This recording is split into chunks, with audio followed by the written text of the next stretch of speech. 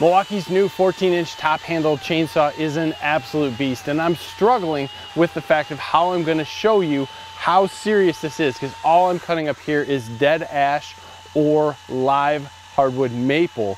This maple is a pretty serious log, so what I want to do is go through and show you a comparison between the DeWalt 20-inch, which is a new one, much larger saw, and a Stihl 261 cm. That is going to be a professional grade smaller saw, and you're going to see the difference. But first, let's start out with the new Milwaukee.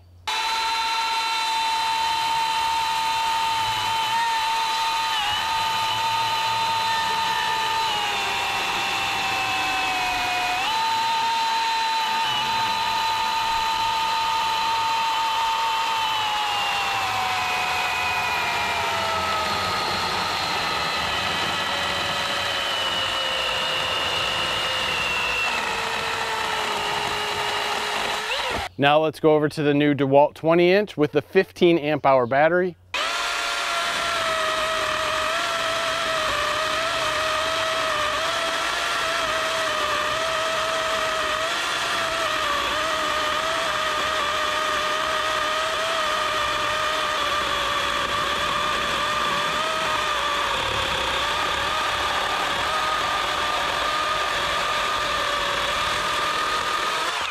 And finally, the Stihl 261 cm.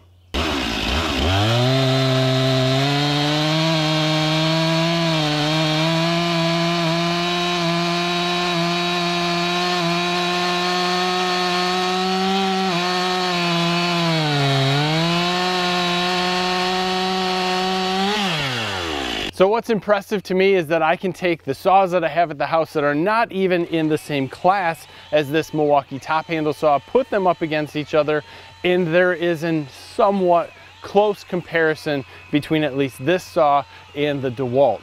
The gas saw out there is more of a visual of how fast you could go through some of this lumber, because if this was poplar or any type of softwood, we would be just slicing through this very quickly. Being that it is a sugar maple tree, it's going to be quite a bit harder.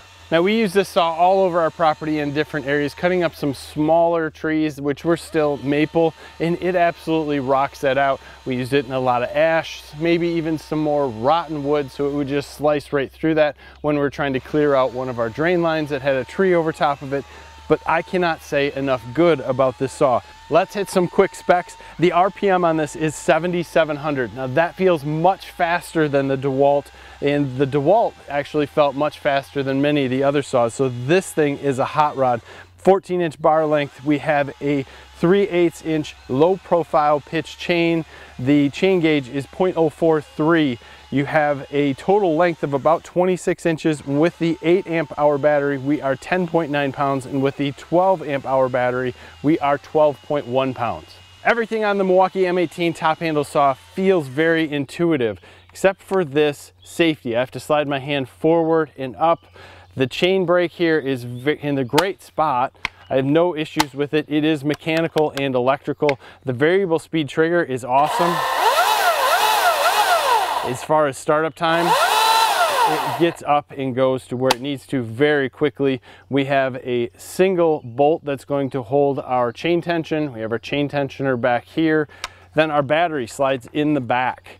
You can see it has a compartment back here. Very good for in and out. The 12 amp hour battery fits no problem. It fits all of Milwaukee's batteries. Very nice situation with this. The 8 amp hour battery in here works awesome.